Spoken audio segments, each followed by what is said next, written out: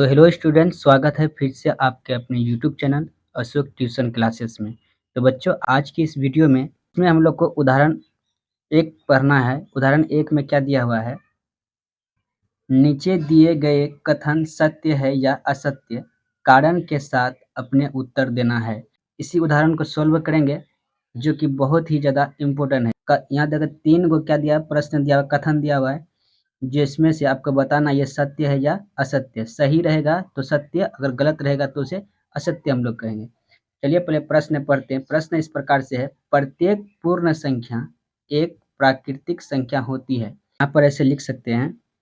पहले क्या कहा, पूर्ण संख्या। तो पूर्ण संख्या शुरू कहाँ से होती है, 0 से।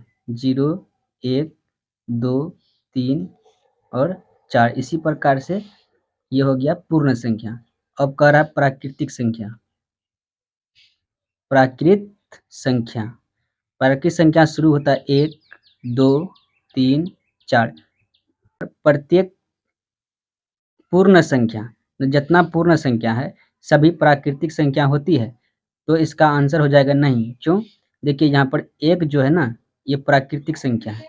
2 भी क्या है, प्राकृतिक संख्या। 3 भी प्राकृतिक संख्या। 4 भी क्या है, प्राकृतिक संख्या। लेकिन 0 जो है ना, ये प्राकृतिक संख्या नहीं है। इसलिए इसका कथन क्या हो गया, असत्य हो गया। हल असत्य,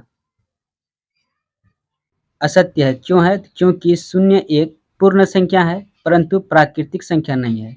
प्रश्न नंबर 2 इस प्रकार से, प्रत्येक पूर्णांक एक परिमेय संख्या होती है। पूर्णांक का मतलब होता है पूरा अंक। जैसे 4 हो गया, 5 हो गया, 6 हो गया, 0 हो गया और क्या हो गया, 8 हो गया। ये सब क्या है, पूरा अंक है, तो इसे कहेंगे पूर्णांक। प्रत्येक पूर्णांक एक परिमेय संख्या।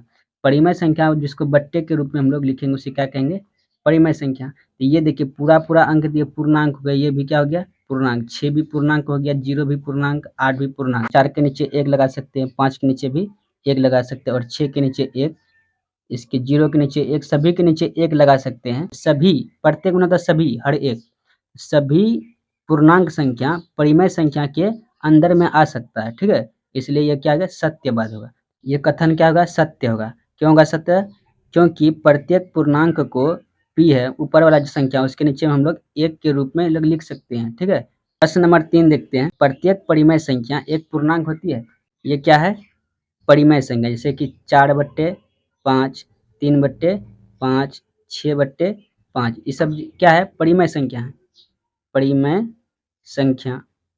और क्या कहें, पूर्णांक। पूर्णांक का मतलब होता है सिर्फ 4, 6, 8, 10, ये सब क्या हो गया, पूर्णांक हो गया। लेकिन 1/2 मतलब जिसका आधा, इसका आधा कितना, 1.5 होगा। ये देखिए पूरा अंक नहीं ना हुआ, तो ये पूर्णांक संख्या नहीं हुआ। ये सिर्फ पूर्णांक संख्या, 4 पूर्णांक हुआ, लेकिन एक दशमलव में जो भी संख्या हो गया तो उसका मतलब गया पूरा अंक नहीं है। तो यहाँ पर हम लोग को दर्शा रहा है कि प्रत्येक परिमेय संख्या, देखिए सभी परिमेय संख्या है, ये भी परिमेय संख्या है, ये भी परिमेय संख्या है। एक पूर्ण संख्या होती तो नहीं होती। क्यों? अगर 5 को भाग मार देते 6 से तो कुछ दशमलव में आंसर आएगा। दशमलव में आंसर आने का मतलब कि पूरा वो अंक नहीं हुआ। इसलिए ये का आंसर हो जाएगा असत्य। का आंसर होगा असत्य। क्यों? तो क्योंकि 3/5 है, ये परिमेय संख्या है लेकिन पूर्णांक संख्या नहीं है। चलिए आप लोग इसका स्क्रीनशॉट ले सकते हैं। उदाहरण एक है ये, यहाँ पर देख सकते हैं हम लोग।